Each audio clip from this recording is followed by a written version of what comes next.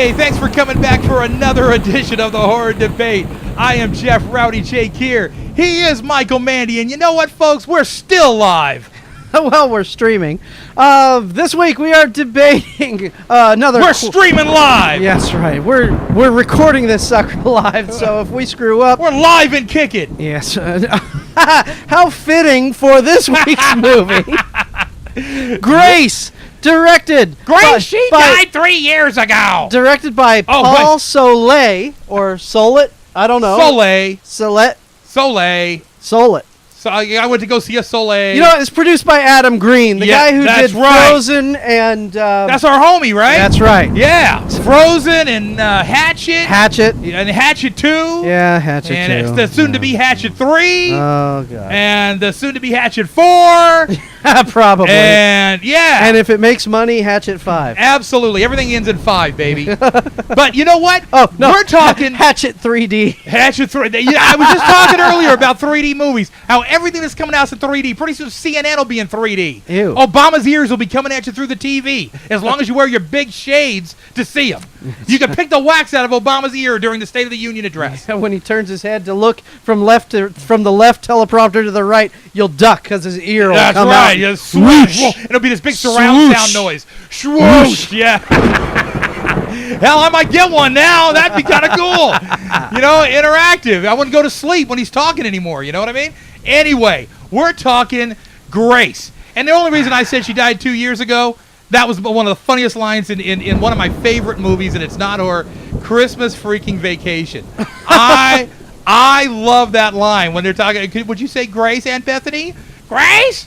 She died 3 years ago. I love that. That's just freaking hilarious. It's like my family, dude. I so relate to that movie, it's not even funny. Okay? If I cut into a turkey and that thing opened up and smoked, like, you know, all dry like it was, I'd be like, yep, that's about typical. You know, no, my wife could cook, and she wouldn't have done that. But I'll tell you what, that movie cracks me up. But this movie did not crack me up. This movie gave me... better not. This movie gave me a sense of dread like very few could. We're talking about Grace. And let me tell you something right off the bat. I had heard some things about this film that, you know, hey, man, you got this little known film that Adam Green produced, man. It's called Grace. It's about this wicked baby. And I'm like, what? Yeah, it's an evil... What, Child's Play? What are we talking here? A wicked baby. You know, and they didn't give me much more detail. But then I got into it last night, man, and I must say I made the mistake. I got this DVD like a year ago. I made the mistake of sitting there with my wife and my oldest two boys. And you just scarred the two of them for life. 117, 115, and both of them were looking at me like, Dad! You know, but no. You watched some sick stuff, You're a sick mofo, Daddy. But anyway... Talk to me about Grace, I wouldn't watch this with my dad. Talk to me about Grace. What's happening in this film? Okay, the basic plot of this film is the main actress, Jordan Ladd. She is... Who was a little hottie, by the way. Yeah. She's pregnant, and she gets into a car crash. Well, wait a minute. We start off with them in bed, and this had to be the most boring hump in the history of humps. Yeah, I mean, it cracked me up, dude, because the camera's panning as they're making love. And as it pans, you see the chick's face stone cold frigid as this dude is going to town on her, and she's just sitting there going, okay, whatever, dude. Yeah, she even looks at her fingernails. Yeah, you want to freaking hurry up here? Yeah, come on. So, I mean, it was obviously, and I realized it this morning when I was in the shower, it was obviously just for the fact that they were trying to show that they were doing it for no other reason. Right. They wanted a baby. But to make that baby. They wanted a baby. It was a utility, a way to get there. That's all it was. That's right. The turkey baster was in the dishwasher. That's right. So anyway, go ahead, Mike. I'm sorry to cut you off. Now that we're talking turkey basters. So they get into a car crash, and they say the baby's dead. Her husband's dead, but then she gives birth. She wants to carry the dead baby to term. And basically what it is, she doesn't want to go to a real hospital. She wants to do... She's got one of those weird who she has history with. Yeah, she's got one of those weird Berkeley all-natural, you know, ladies who are, you know, eat wheat germ ladies. Oh, you know? Yeah. One of those. One of those, you know, women's women. Yeah. Kind of, you know. Yeah. It's like, Jamba Juice. Yeah. Yeah. No, not even Jamba Juice. Not even Jamba Juice. No. Yeah. They'll eat the grass that they have growing in the plastic at Jamba Juice. So, but they had some weird kind of history, though, Mike. Yeah. These two, they had almost like a romantic kind of. Yeah, they weird. spill that on later. Yeah. But anyway, so the baby gets born, and it's alive. Well, at first, you don't think it's alive. She wanted to carry the dead baby, even though they think she miscarried. She wanted to carry it to term, so it felt like a real pregnancy to her. And so we're sitting there going, what? Is that even healthy? The rotting inside your uterus? Are you kidding me? Yeah. You know? But she goes and she. she has it naturally. She has it in a tub of water. Baby pops out. Poof! There it is. And it's not breathing. It looks dead. It acts dead. And then all of a sudden, the midwife leaves the room.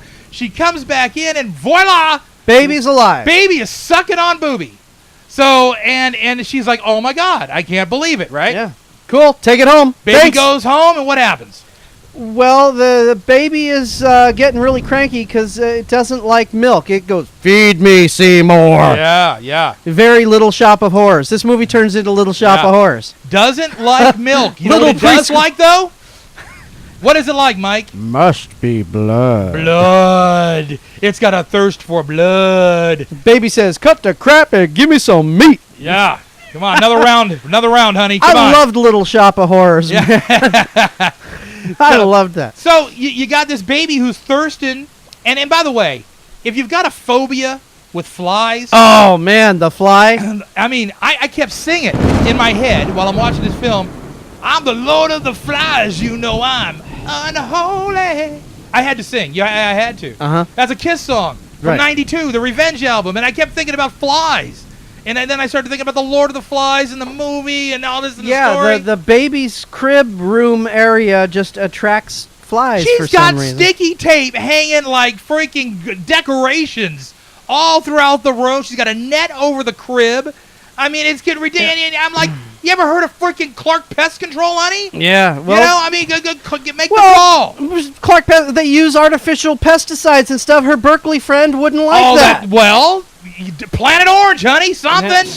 I mean, let's go. You know what I mean? So anyways, naturally, the dead husband's mom wants to see her grandchild. Who was sufficiently creepy in her own right, Mike. Yeah, so this chick... She had me going. So when she grabbed that old man, they started getting busy. I was like, oh, no, we don't need to see this. No. We can skip right past this. No.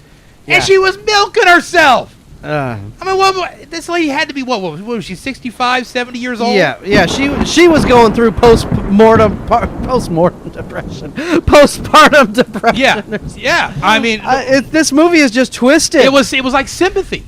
Yeah. But she had lost her son. Right. So it was kind of like, I kind of got that, but at the same time, I didn't need to see it. Yeah. But basically now the movie takes on the Little Shop of Horrors vibe. Yeah. Baby's growing, pricking little drops of the finger ain't going to happen. Must What'd you be call me? You prick. Oh, you. Okay. Yeah, Cool. So anyways, she's got to keep supplying, and she's running out of Band-Aids. Yeah. So what do you do? It's getting hungrier and hungrier and hungrier. Yeah. He tore up her breast. I mean, I remember my wife when she was breastfeeding. She used to say how sore she was. I can't even imagine. I mean, this kid was wanting to feast. Yeah. Feast. Let's call Judah. Yeah. Yeah. So anyways. Where are we at with this deal, Mike? I don't. I mean, how did you feel? Let me ask you this. Let me take this on a little bit different track.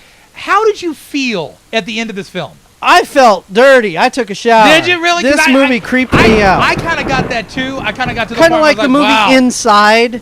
You remember the movie how Inside? Yeah. That movie out Inside just made. I've got feeling like spiders or ants are crawling all over. It's like, ooh, I just watched that. It affected us, man. Yeah, it definitely. There was almost like a physical reaction to watching this deal.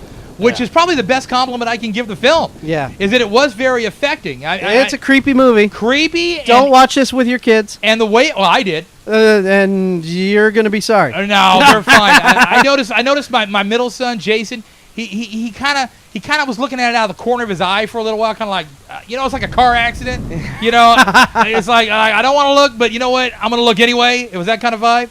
So I got to give this pretty good props. I mean, This was done in a style. You are not going to win Dad of the Year. Well, yes, I think I will. If the kids vote, I will. Yeah. You know, if other parents vote, then they'll be like, "You a crazy mofo. That's We ain't right. giving you nothing." Yeah. Right. But you know what? I dug this, and I think it was really well done. I think there was a whole lot of things to like and not a lot to dislike. Yeah. It was slow. It built up dread, but that was what it was intended to do. This lady was in mourning. She had been through a roller coaster of emotions. She played it perfectly. She thought her baby was dead. Her baby wasn't dead. Then you had the joy. Then you had she lost her husband. Then you had all this kind of happening in a span of about an hour and a half. And it was like, wow, man. The amount of emotion that came out of her throughout this entire film, it had to be staggeringly tiring, man. I mean, it had to be unbelievably tiring to play this part. Yep. Her name is Jordan Ladd, by the way. Yep. So. Yeah, is she Candace Cheryl Ladd? I don't know. Hey, Ladd. She's kind of cute. She, a little blondie. Yep. Well, we'll figure that out later. But the bottom line is, I recommend this movie. Yeah. I like it, and I like it enough to give it 4 stars. Yeah. Yes, it's a creepy film. 4 stars. 4 stars. Check it out. I'm the champion, always saying, show me something I haven't seen before. Yeah. Get a reaction. Yeah. I've seen a lot, so I'm a tough crowd. It's not a date movie, folks. No, not a date. It's not a movie. date. You will not get anything. No. You watch this on a date. Period. All right. I'm Michael Mandy. He's Rowdy. Jeff, we'll talk to you next week at the Horror Debate.